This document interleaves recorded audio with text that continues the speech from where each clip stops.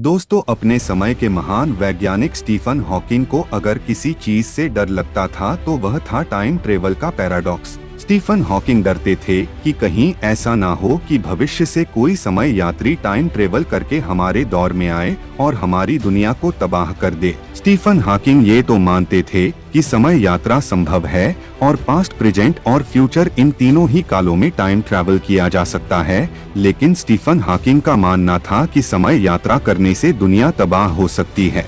अगर किसी ने पास्ट में महज 1 मिनट पीछे ही टाइम ट्रेवल कर लिया तो वह भी दुनिया को खतरे में डाल सकता है। तब आप कहोगे कि समय में सिर्फ 1 मिनट पीछे जाने से क्या ही हो जाएगा, तो स्टीफन हॉकिंग इसे एक एग्जाम्पल से समझाते हैं।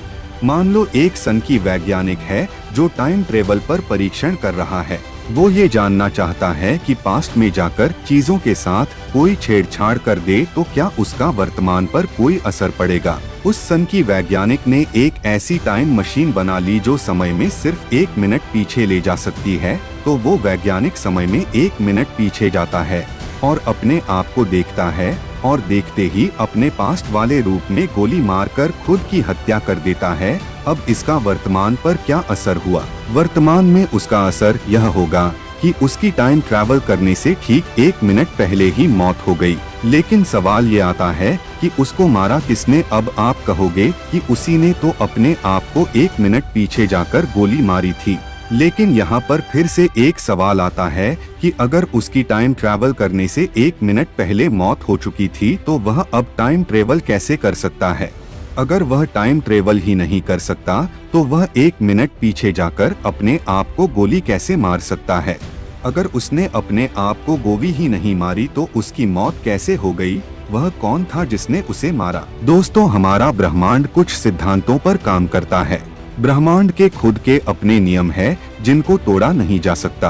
ब्रह्मांड में किसी भी घटना को घटने के लिए किसी न किसी कारण का होना जरूरी है। बिना किसी कारण के कोई भी घटना नहीं घट सकती। उसी तरह पास्ट में टाइम ट्रेवल करके चीजों को बदला नहीं जा सकता, क्योंकि पास्ट में टाइम ट्रेवल करके अगर हम कोई छेड़छाड़ करें तो ऐसे में हम ब्रह्मांड के नियमों को तोड़ देंगे और हम ब्रह्मांड के नियमों को तोड़ पाए ऐसा संभव नहीं है। और अगर ऐसा संभव हुआ तो ये दुनिया खतरे में आ जाएगी। अब अपने पिछले सवाल पर वापस आते हैं कि वह कौन था जिसने उस सन की वैज्ञानिक को मारा। दरअसल इस सिनेरियो में आपको एक बात समझ आ रही होगी कि उस वैज्ञानिक की मौत हुई है, मतलब घटना तो घट चुकी है, लेकिन उस घटना के घटने का कारण क्या है यह डिफाइंड ही नहीं है। जैसा कि अभी मैंने आपसे बोला कि ये ब्रह्मांड का नियम है कि किसी भी घटना को घटने के लिए किसी न किसी कारण का होना आवश्यक है। इसे काज एंड इफेक्ट बोला जाता है।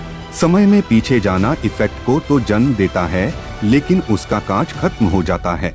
यह एक तरह से ग्रैंडफादर पैराडॉक्स की तरह है। जैसे कि अगर आप टाइम ट्रेवल करके अपने दादाजी के उस दौर में चले जाओ जब आपके दादाजी एक बच्चा थे और आप उन्हें मार दो तो आप यहाँ पर एक इफेक्ट को जन्म दे दोगे बिना किसी काज के। मतलब अगर आपके दादाजी की बचपन में ही मौत हो गई तो आपके पिताजी भी पैदा नहीं होने चाहिए। जब आपके पिताजी पैदा नहीं हुए तो आप कहाँ से आ गए? अगर आप अभी तक पैदा ही नहीं हुए तो वह कौन था जिसने आपके दादाजी को मारा?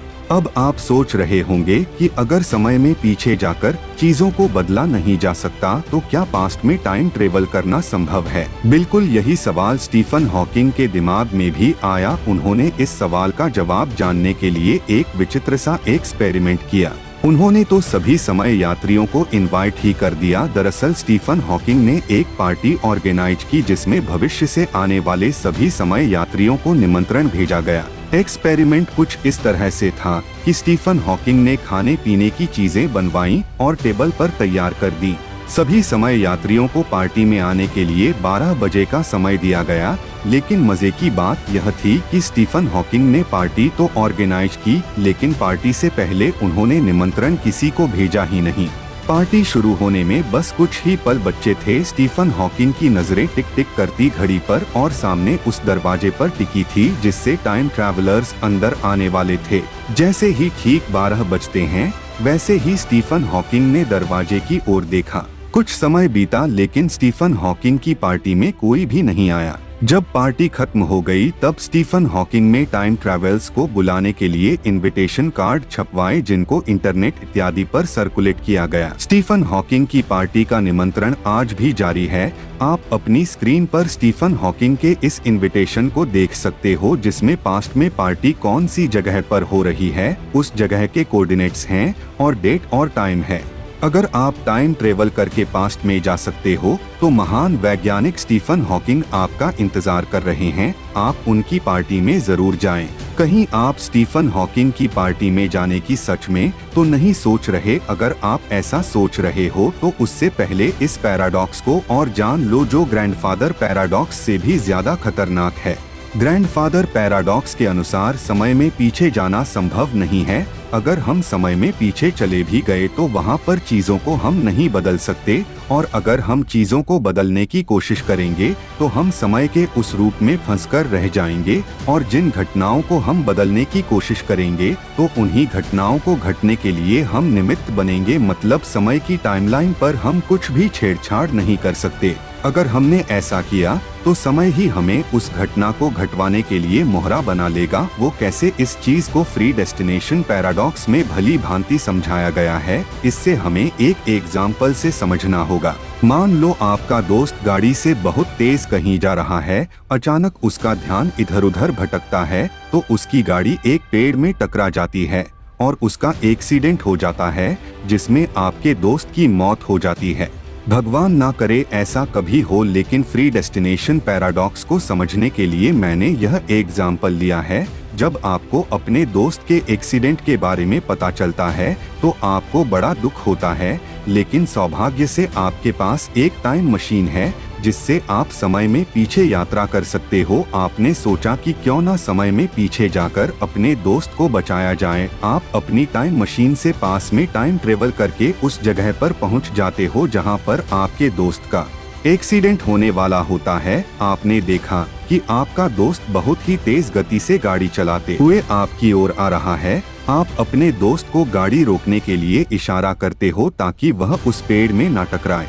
आपके दोस्त का ध्यान आपकी ओर जाता है कि आप उसे रोक रहे हो, लेकिन गाड़ी की रफ्तार इतनी तेज थी कि आपके दोस्त का ध्यान आपकी ओर भटक गया, जिस वो गाड़ी को संभाल नहीं पाया और उसने गाड़ी को पेड़ में ठोक दिया और उस एक्सीडेंट में आपके दोस्त की मौत हो गई। अब आपको और बुरा लगा क्योंकि आपका दोस्त आपकी वजह से मारा गया। यहाँ से आप मेरी बातों को बड़े ही ध्यान से सुनना क्योंकि यहाँ से चीजें थोड़ी और कॉम्प्लिकेटेड होने वाली हैं।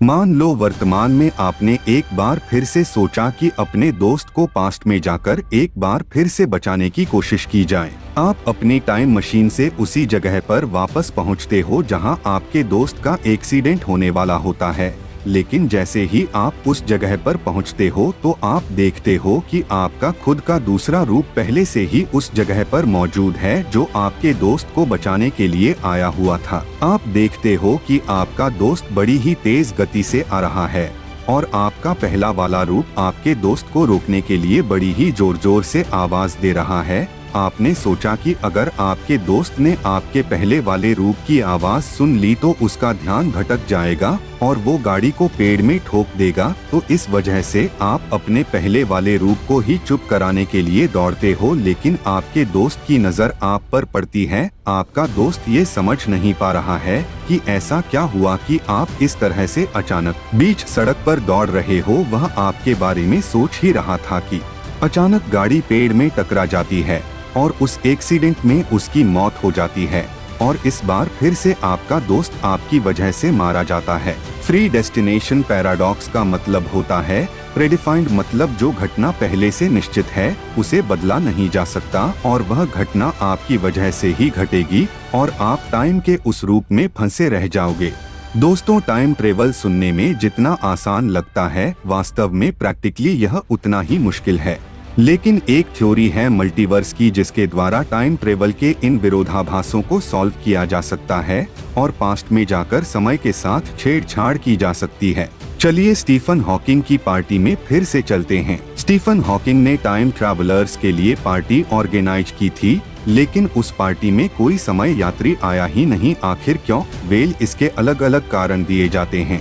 पहले यह कि हो सकता है कि टाइम ट्रेवल कभी पॉसिबल ही ना हो, जिससे स्टीफन हॉकिंग की पार्टी में कोई नहीं पहुंचा। दूसरा कारण यह हो सकता है कि भविष्य में जब तक टाइम मशीन बनेगी उससे पहले ही स्टीफन हॉकिंग का इनविटेशन नष्ट हो चुका होगा, जिस वजह से भविष्य के समय यात्रियों को स्टीफन हॉकिंग की पार्टी की कोई जानकारी ही नहीं होगी। तीसरा कारण हो सकता है कि भविष्य में हम इंसान ज्यादा समय तक सरवाइव ही न कर पाएं।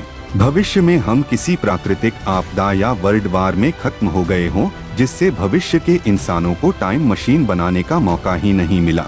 चौथा कारण यह हो सकता है कि शायद टाइम मशीन केवल भविष्य की ओर ही टाइम ट्रेवल करवा सकती है, पास्ट में नहीं। पांचवा कारण हो सकता है कि समय यात्रियों को टाइम ट्रेवल के पैराडॉक्स का डर हो, इस वजह से वह जानबूझकर स्टीफन हॉकिंग की पार्टी में ना आए हों। और छठवां कारण ये हो सकता है कि स्टीफन हॉकिंग की पार्टी में सभी समय यात्री पहुंचे थे और उन्होंने पार्टी भी अटेंड की थी, लेकिन वह रियलिटी एक नई टाइमलाइन पर चालू हो गई, जिससे आप मल्टीवर्स बोल सकते हो। कारण चाहे कुछ भी हो, लेकिन स्टीफन हॉकिंग की पार्टी इस बात का सबूत है कि शायद भविष्य में अभी तक टाइम मशीन बनी ही ना हो। लेकिन आप निराश मत होइए, अगर आप चाहो तो आप अपने गुजरे हुए वक्त को देख सकते हैं, वह भी बिना पैराडॉक्स को जन्म दिए। यह थी आज की हमारी जानकारी। कैसी लगी कमेंट करके जरूर बताइए। यदि आप चैनल पर नए हैं तो सब्सक्राइब जरूर कर ले। धन्यवाद।